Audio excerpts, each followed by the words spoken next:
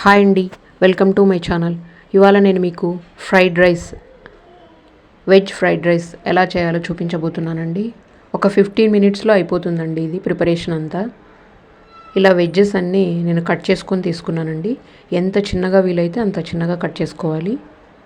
ఒక బాండీ స్టవ్ మీద పెట్టుకొని 2 స్పూన్ల ఆయిల్ వేసుకోవాలి. 1 స్పూన్ మైని బటర్ వేసుకుంటున్నానండి. అందులోకి అల్లం వెల్లుల్లి ఇలా చిన్నగా తరుక్కొని వేసుకోవాలి.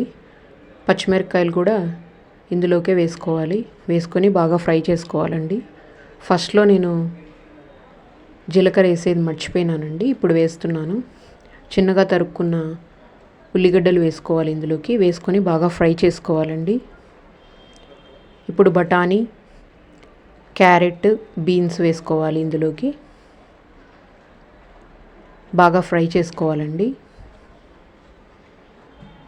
ఇందులోకి కొంచెం సాల్ట్ కూడా యాడ్ చేసుకొని ఫ్రై చేసుకోవాలండి.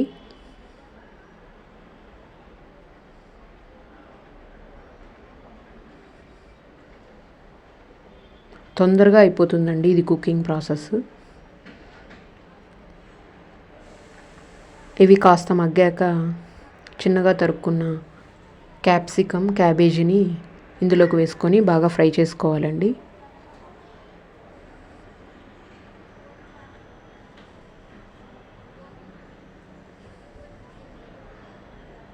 తర్వాత ఉడికించుకున్న బాస్మతి రైస్ని ఇందులోకి వేసుకోవాలి.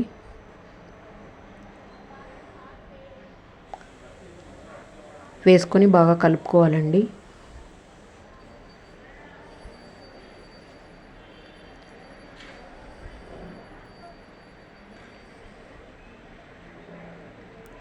ఇందులోకే vinegar, red chilli sauce, soya sauce, tomato sauce వేసుకోవాలండి.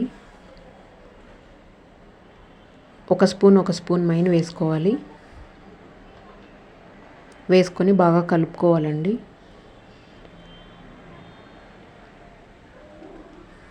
ఇందులోకే గరం మసాలా కూడా వేసుకోవాలి. 1 స్పూన్ మైన్ వేసుకోవాలి. వేసుకొని బాగా కలుపుకోవాలండి. కొత్తిమీర, పుదీనా చిన్నగా తరుక్కొని వేసుకోవాలండి. ఇందులోకి వేసుకొని బాగా కలుపుకోవాలి.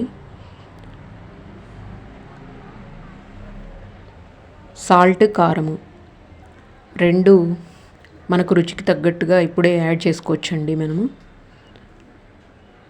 ఎంత కావాలంటే అంత యాడ్ చేసుకోవచ్చు. ఇందులోకి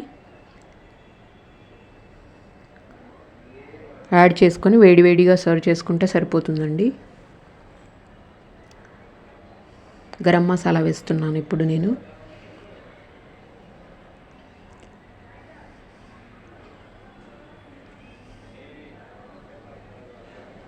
చిన్నగా కలుపుతున్నానండి, ఎందుకంటే బాస్మతి రైస్ కదా, అది ఇరిగిపోతుందేమో అనేసి చిన్నగా కలుపుతున్నాను.